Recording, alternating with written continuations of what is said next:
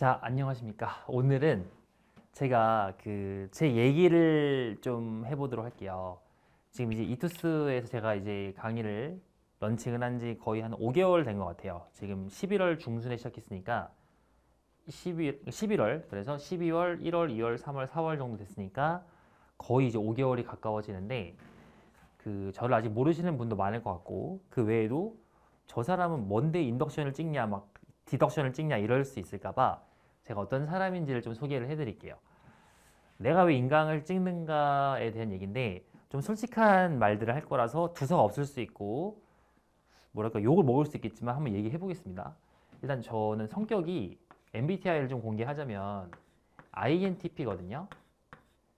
근데 INTP를 검색을 해보면 이렇게 좋은 말은 딱히 없어요. 물론 이게 장점은 논리적이고 창의적이고 뭐 그런데 단점 같은 경우는 뭐랄까 자기 고집이 강하고 자기 논리가 강하다 뭐 이런 것들이 있는 건데 어쨌든 이렇다 보니까 제가 저만의 좀 생각이나 논리 같은 것들이 좀 강하고 그런 것들이 이제 한때는 좀 갇혀 있었거든요.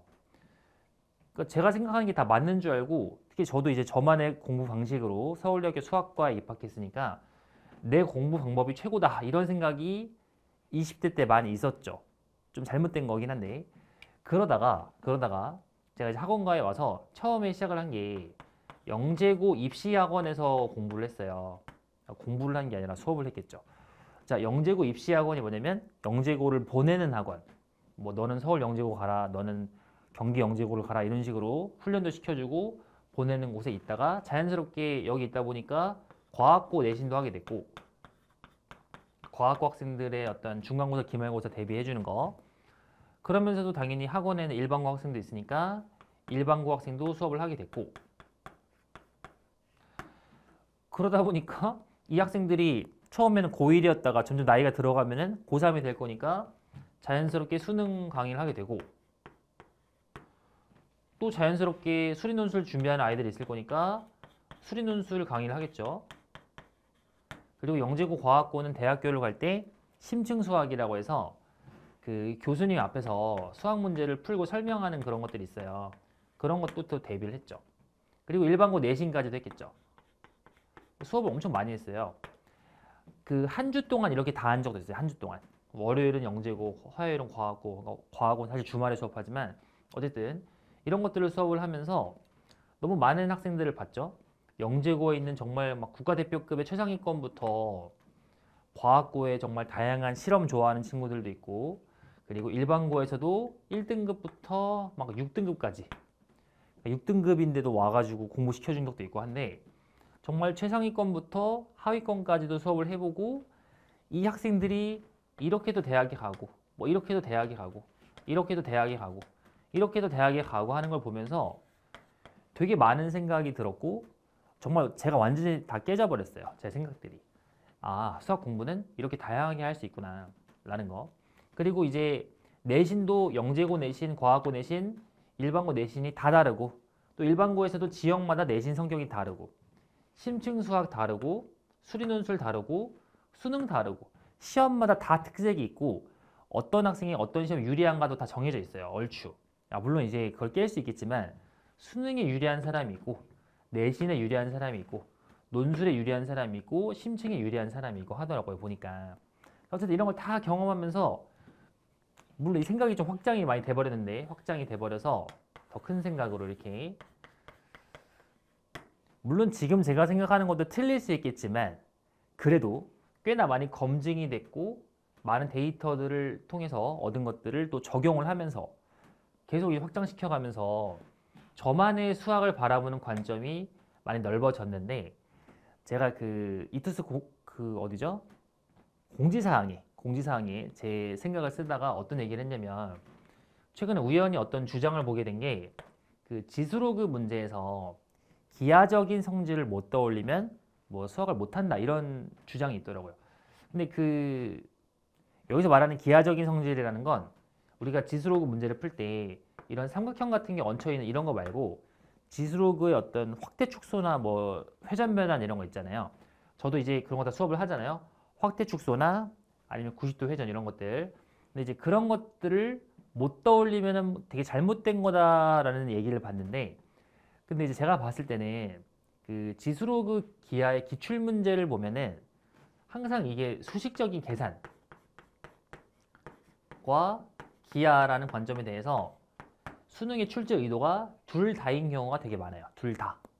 그러니까 이렇게도 풀릴 수 있게, 이렇게도 풀릴 수 있게 세팅을 하고, 애초에 수능 문제를 이제 만드는 사람들이 그 두 가지를 다 열심히 검토를 하면서 이제 한 방향으로만 풀리지 않게끔 많이 검토를 한다는 거죠. 이거 문제를 보면 바로 알 수 있는 내용들인데, 근데 이제 이렇게 풀면은 뭐 고수고 이렇게 풀면 하수다, 이런 식의 주장은 뭐 그냥 어그로인 거죠, 어그로. 이런 것들을 보면서 되게 많은 생각이 들었고, 수능에 대해서 여기 관련해서 또 어떤 얘기를 하고 싶냐면은, 사실 수능 수학 있잖아요. 수능 수학. 수능 수학을 준비하기 위해서 필요한 지식은 되게 적어요. 옛날에 막 6차, 5차 막 옛날 교육과정에서는 많이 배웠지만, 요즘은 교육과정이 너무 축소가 돼가지고 수능 수학을 대비하기 위한 지식의 양이 매우 적다 보니까, 그래서 그런 거 있죠. 뭐 서울대 수학과 대학원을 나오고 외국에 유학도 가고 막 박사학위를 받으시고 저명한 어떤 수학 교수님과, 그 다음에 수능 시험을 좀 잘 본 19살에서 갓 졸업한 이제 20살이 된 어린 학생과, 그러니까 어리다고 잘못된 거 아니지만 그런 어떤 수학을 잘 모르는 대학생과 가르치는 게 비슷할 수가 있고, 오히려 후자가 더 잘 가르칠 수도 있는 게 수능 수학이에요. 근데 저는 이게 뭐 잘못했다는 얘기는 아닌데, 애초에 이 시험의 특성이 그런 거니까. 근데 중요한 건 이런 식으로 이제 수능 수학이 워낙 유명한 시험이고 또 가르치기 위한 지식이 많이 필요 없다 보니까, 물론 수능판에 이런 뭐 젊지만 대단한 친구도 많지만 반면에 잘 모르는 사람도 많이 있는 것 같아요. 뭔가를 잘 모르는데 잘 모르면서 자꾸 이상한 주장을 하는, 모르면서 이상한 주장을 해서 우리들을 좀 혼란스럽게 만드는 사람들이 되게 많은 것 같다라는 생각이 들었고, 항상 어떤 시험 문제가 나오면은 뭐 이 문제는 수식으로 푸는 게 출제 의도다, 이건 기하로 푸는 게 출제 의도다, 꼭 수식과 기하가 아니더라도 이 문제는 이렇게 푸는 게 출제 의도다, 아니다, 이 강사는 이렇게 푸는 게 맞다고 하더라, 이런 식으로 막 치고받고 싸우는 일이 되게 많아요. 정치하는 것처럼. 저는 그런 걸 보면서 염증을 좀 느꼈거든요. 염증을. 왜냐면은 딱 봐도 얼추 어떤 상황에 대해서는 다 정해진 정답들이 좀 있는데, 그런 정답들을 누가 명쾌하게 제시해주지 않은 상태에서 서로 막 싸우는 걸 보면서 좀 답답하고, 좀 어떤 경우에는 한심하다는 생각도 들었어요. 저는 솔직히 말하면. 그래가지고 제가 생각하는 나의 의견들을 좀 여러분께 많이 알려주고 싶고, 제 생각이 꽤 맞는 게 많거든요. 그래서 그런 것들을 또 알려주면서 이렇게 해야 수학을 잘할 수 있다, 이런 거를 말하고자 인강을 찍게 된 거죠. 왜냐면 제가 그냥 내 말이 맞아 이러면 여러분께서 안 들어줄 거니까, 이런 어떤 이투스라는 좋은 회사에서 인강을 또 찍으면서 제 얘기를 해야지 여러분께서 들으실 테니까. 그래서 너무 좀 좋은 사람, 훌륭한 사람 많지만 이상한 사람이 너무 많은 것 같아서 제 얘기를 해야겠다라고 생각이 들어서 인강을 찍게 되었습니다. 이게 제 머릿속에 있는 많은 생각들이에요, 요즘에. 자, 두 번째, 최상위권 강의는 무엇이냐. 이거는 제가 이제 인강을 딱 찍으려고 할 때 어떤 교재를 만들 것인가 고민을 많이 했을 때, 제 주변에서 다 뭐라고 했냐면은, 아무래도 인강은 많은 학생들이 보는 거고 또 영상으로 보는 거잖아요. 이게 현강이 아니잖아요. 현강이 아니다 보니까 아무래도 학생들의 인내력이 떨어질 수밖에 없다라고 해서, 뭐 만약에 이런 식으로 좀 학생들의 분포가 있다고 해봅시다. 뭐 최상위권이 있고 뭐 상위권, 뭐 중상위권, 중위권, 그 밑 이런 식으로 있다고 하면은, 그러니까 저는 기본적으로 이제 수업 자체는 이쪽 파트를 많이 하긴 했어요. 지금까지. 혹은 뭐 최근에 이렇게도 많이 했지만, 저는 그렇게 생각하거든요. 기본적으로 우리가 학원에 적게는 막 몇십만 원부터 많게는 몇 백만 원 내면서 공부를 하는데, 그럼 당연히 설령 막 6, 7등급이어도 공부의 목표 자체는 이 위쪽을 바라봐야 되지 않냐라는 생각을 하고, 이렇게 결국에는 이쪽을 바라보고 공부하는 게 맞으니까, 여기에서 즉 우리가 어려운 사점을 어떻게 하면 풀 수 있는 것인가에 대한 지식과 지혜를 다 알려주자 라는 생각을 하게 된 거죠. 지식과 지혜.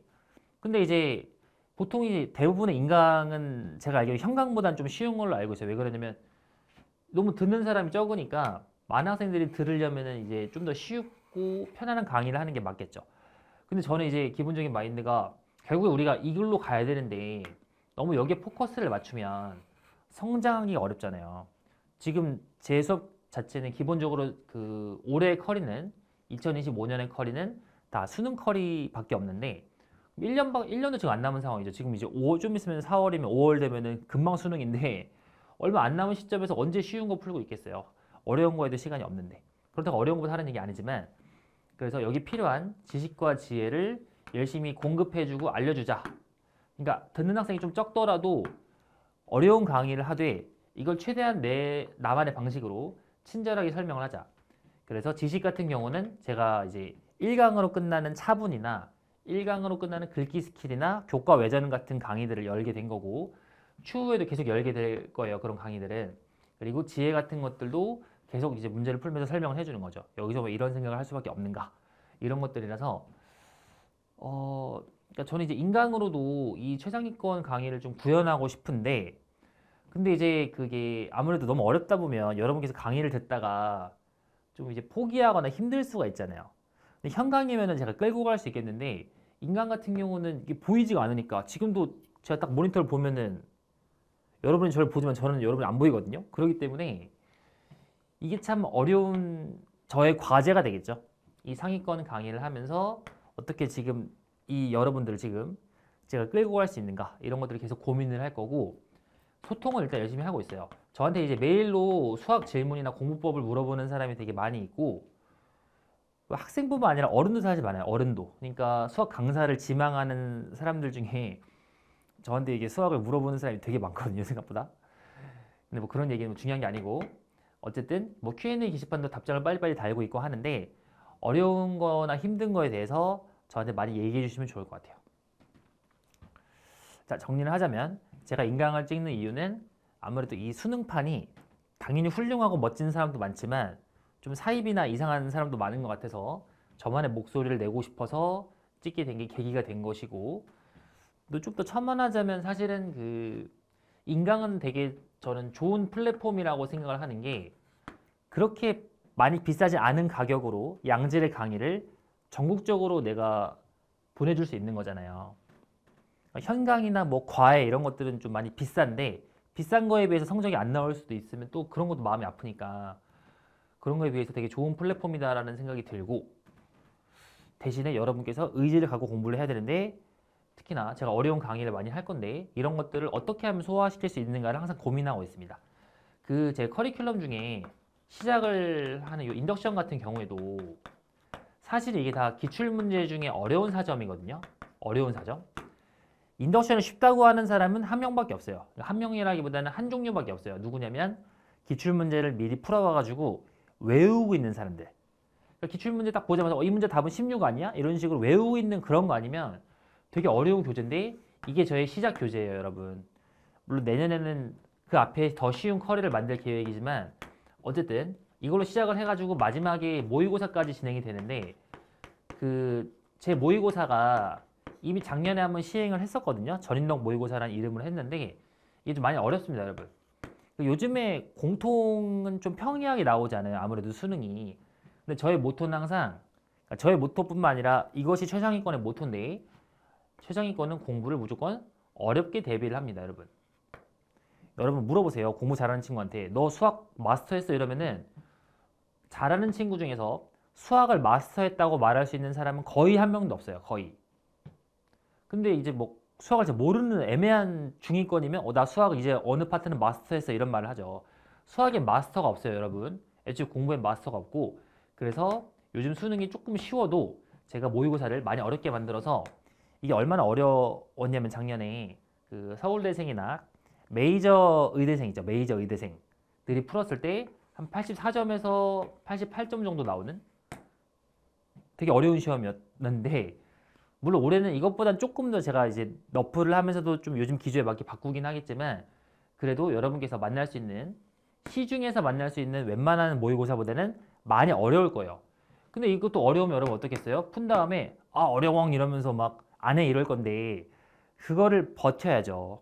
여러분이 지금 이미 최상위권이든 혹은 지금 최하위권이든 이게 되고 싶다면, 최상위권 되고 싶으면 어려운 모의고사로 혹은 어려운 걸로 공부하고 버티는 힘이 필요해요. 그러기 되게 어려울 건데 계속 제가 동기부여도 해주고 이런 영상도 찍으면서 얘기하는 거죠. 자, 여러분, 제 생각이 틀릴 수 있어요, 여러분. 제 생각이 틀릴 수도 있는데 제가 맞다고 생각한 길이고 이것이, 혹은 맞다고 생각하는 어떤 관점들이 있으니까 이런 것들 열심히 설명할 거예요.